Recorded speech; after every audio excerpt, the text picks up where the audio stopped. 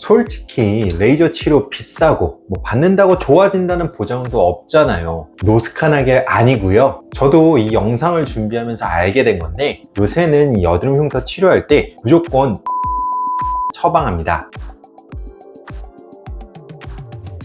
안녕하세요. 피부과 전문의 문정윤입니다. 여드름 흉터에 레이저를 받자니 비용도 부담스럽고 치료 결과에 대한 확신도 없어 고민되시죠? 시중에 좋다는 흉터 연고를 사용해봐도 잘 좋아지지 않고요. 만약 이 레이저 없이 여드름 흉터가 좋아질 수 있다면 얼마나 좋을까요? 자, 오늘은 의학적으로 입증이 된 레이저 없이 여드름 흉터를 치료하는 3가지 방법을 소개해드리도록 하겠습니다. 바로 시작합니다.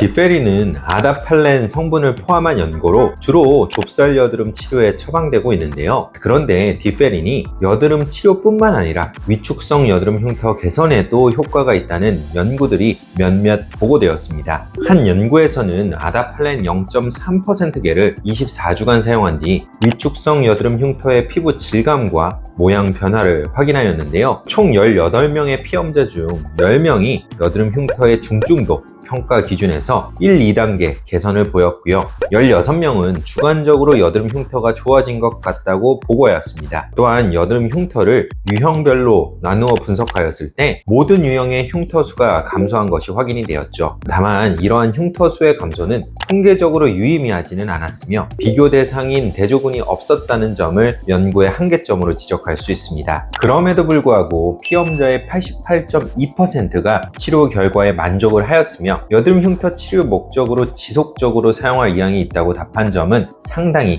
흥미롭게 보이죠. 다른 연구에서는 아다팔렌 0.3%에 벤조일 페록사이드 2.5%를 추가한 계래 위축성 여드름 흉터 예방과 개선 효과를 평가하였는데요. 총 45명의 피험자가 24주 동안 얼굴을 반으로 나누어 한쪽은 겔을, 다른 한쪽은 위약을 도포하면서 결과를 분석했습니다. 이 조합은 시중에 에피듀오라는 이름으로 판매가 되고 있죠. 정확히 말하자면 에피듀오는 아다팔렌 0.1%에 벤조일 페록사이드 2.5%, 에피듀오 포르테는 아다팔렌 0.3%에 벤조일 페록사이드 2.5%로 구성되어 있습니다. 연구 결과 위약을 사용한 쪽에서는 위축성 여드름 흉터가 14.4% 증가한 데 반하여 겔을 사용한 쪽에서는 15.5% 감소한 것으로 확인이 되었고요. 흉터의 중증도 평가 지수인 SGA에서 클리어와 almost clear에 해당하는 비율을 서로 비교했을 때 16.5%의 차이를 보였습니다. 여드름의 치료 효과는 일반적으로 3개월 이내에 나타나지만 흉터의 경우는 피부 섬유화 세포의 자극과 콜라겐 생성이 필요하기 때문에 장기간의 변화 관찰이 필요하죠. 이 연구는 여드름 연고만 장기적으로 사용하더라도 위축성 여드름 흉터의 개선 효과를 보일 수 있다는 점을 확인했다는 점에서 의미가 큽니다. 그러나 이러한 연구 결과를 해석할 때 우리가 비판적으로 바라봐야 하는 요소들도 존재하는데요. 첫째, 현재 국내에서 판매 중인 디페린 겔은 아다팔렌 0.1%를 함유하고 있어서 연구에서 사용된 0.3% 농도와는 차이가 있습니다. 따라서 우리가 처방받아 사용하는 디페린 겔로는 동일한 흉터 치료 효과를 기대하기는 어렵고요. 둘째, 에피듀오 포르테의 경우 연구에서 사용된 성분과 농도가 동일하지만 한국인의 피부에서는 다소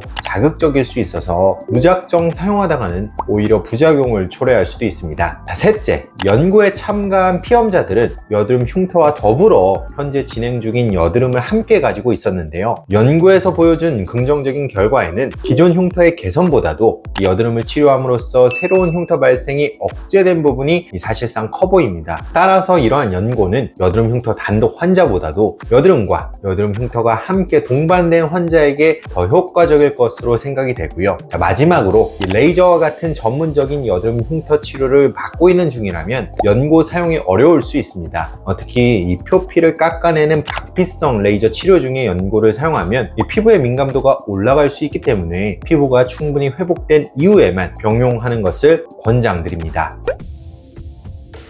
여드름 치료를 조금이라도 경험해본 분이라면 이소트레티노인이라는 약을 모르는 분은 거의 없을 텐데요. 로아큐탄, 이소티논 등으로 유명한 이소트레티노인은 피지 조절제, 피지 억제제로서 여드름 치료 효과가 강력하여 중증의 여드름 치료에 흔히 사용이 되고 있죠. 이 약은 여드름을 유발하는 여러 기전들을 동시에 차단하기 때문에 다른 종류의 약제들에 비해 훨씬 더 치료 효과가 뛰어납니다. 이소트레티노인은 과도하게 활성화된 피지선을 억제하고 위축시켜 피지 분비를 줄여주고요. 피지량이 줄고 엉겨붙은 각질 세포들이 분리되면서 모공을 열어주죠. 동시에 여드름균의 성장을 억제하고 여드름에서 발생하는 염증 반응도 줄여주는 효과가 있습니다. 이러한 복합적인 작용 기전 때문에 이소트레티노인은 여드름 치료에 있어 아주 강력한 무기로 사용되고 있습니다. 그런데 흥미롭게도 일부 연구에서는 이소트레티노인이 여드름 치료뿐만 아니라 위축성 여드름 흉터 개선에도 도움이 된다고 보고를 하고 있는데요. 논리적으로 생각을 해보면 이 새로운 여드름 병변의 발생을 강력하게 예방하여 추가적인 흉터 발생을 최소화할 수 있고요. 또한 이 가벼운 각질 제거 효과로 인해 피부가 더 부드럽게 느껴지고 깊이가 얕고 질감이 느껴지는 여드름 흉터의 가시성을 줄이는데 간접적으로 기여할 수가 있겠죠. 본 연구에서는 중등도 이상의 여드름과 여드름 흉터를 복합적으로 갖고 있는 30명의 환자를 대상으로 3개월간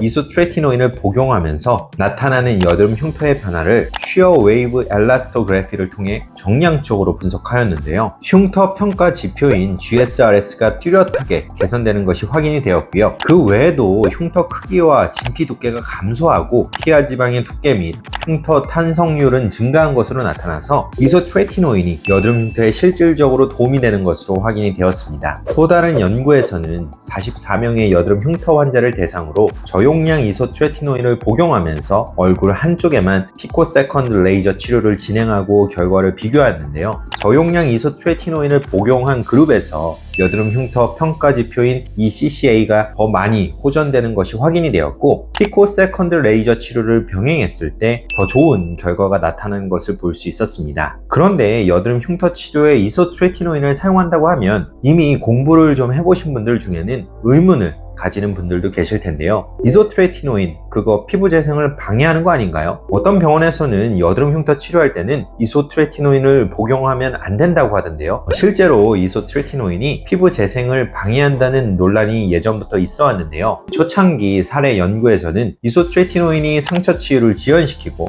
켈로이드 형성 위험을 높인다는 가능성이 제기가 되었죠. 이를 근거로 일부 의사들은 여드름 흉터 치료를 위한 레이저 시술은 이소트레티노인 복용을 중단하고 6에서 12개월 후에야 가능하다고 주장하기도 합니다. 하지만 현재는 이 많은 전문가들이 이소트레티노인이 피부 재생을 방해한다는 주장에는 과장된 측면이 있고 이 충분한 과학적 근거가 부족하다는데 동의를 하고 있고요. 따라서 이소트레티노인을 복용 중이라고 해도 여드름 흉터 치료를 위한 시술이 반드시 제한될 필요는 없다는 것이 최근의 정설로 받아들여지고 있습니다. 실제로 최근에 여드름 흉터 치료에 레이저와 이소트레티노인을 병행했을 때의 치료 결과 및 부작용에 대해 16개의 연구 결과를 총정리한 논문이 발표가 되었는데요. 여기서도 이소트레티노인을 복용하면서 충분히 레이저 치료가 가능하다고 언급을 하고 있죠. 이러한 점을 근거로 저는 여드름 흉터를 치료할 때 이소트레티노인을 자주 처방하는 편인데요. 물론 개인별로 필요한 용량, 복용법, 복용 기간이 다르기 때문에 일률적인 처방은 하지 않지만 이소트레티노인이 흉터 치료에 도움이 될 것으로 생각이 되면 적극적으로 처방하고 있습니다. 수백 명 이상의 여드름 흉터 환자를 치료해 오면서 이소트레티노인이 치료 효과를 떨어뜨린 경우는 경험한 적이 없고요. 오히려 치료 성공에 도움이 된 경우가 대부분이었죠. 제 치료 경험상 이소트레티노인 복용이 여드름 흉터 치료에 특별히 도움이 되는 경우는 다음 3가지 경우인데요. 첫째,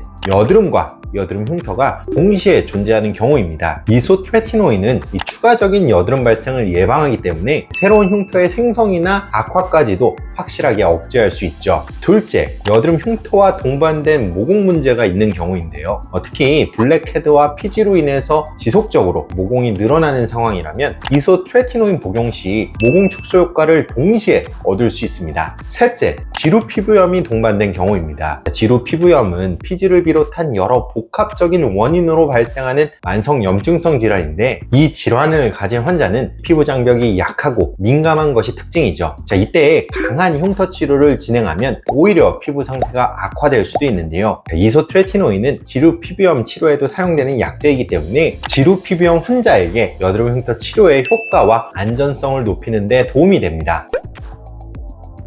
트라닐라스트는 흉터 치료에 사용되는 대표적인 약제인데요. 원래는 항알레르기제로 사용되는 약이기도 합니다. 만성 염증을 유발하는 비만세포의 활성화를 억제하고 비만세포에서 분비되는 히스타민과 프로스타글란딘 E2를 차단해 흉터 초기의 가려움과 불편한 증상을 완화시키고요. 또한 TGF-β1을 억제해 켈로이드 흉터를 만드는 섬유화세포의 콜라겐 합성을 억제하기 때문에 켈로이드나 비후성 흉터 치료에 사용이 되죠. 개인적으로는 수술 후 생긴 흉터, 예를 들어 제왕절개나 갑상선 수술 후 켈로이드 흉터 발생이 의심될 때 주로 처방하고 있습니다. 이러한 기전을 바탕으로 트라닐라스트가 여드름 흉터에도 효과가 있지 않을까 생각을 해볼 수가 있는데요. 특히 턱 라인이나 가슴 부위에 생기는 여드름 흉터는 튀어나온 비후성 흉터나 켈로이드 흉터로 생기는 경우가 대부분이기 때문에 트라닐라스트가 도움이 될 가능성이 높습니다. 한 연구에서는 이소트레티노인과 함께 트라닐라스트를 병행하여 여드름 흉터의 예방 및 치료 효과를 평가하였는데요. 총 32명의 피험자를 대상으로 얼굴 한쪽에는 트라닐라스트 8% 리포좀겔을 바르고 반대쪽에는 위약을 사용해서 결과를 비교하였습니다. 그 결과 5개월 후 트라닐라스트를 사용한 쪽이 위약보다 흉터 개선 효과가 더 큰 것으로 나타났고요. 트라닐라스트를 사용한 쪽에서 더 큰 만족도와 피부 질감 개선 효과를 확인할 수 있었죠. 현재 국내에는 트라닐라스트를 피부에 직접 바를 수 있는 국소 도포제는 정식으로 출시된 것이 없고요. 경구용으로는 리자벤 캡슐과 트레노 캡슐이 있고, 알레르기성 결막염 치료제로 크릭스 점안액이 있습니다. 경구용 캡슐은 전신에 작용하기 때문에 여드름 흉터 치료 목적으로 사용하기에는 다소 제약이 있는데요. 여드름 흉터 자체가 정상적인 콜라겐 재생이 이루어지지 않으면서 위축성 형태로 나타나는 경우가 많은데, 이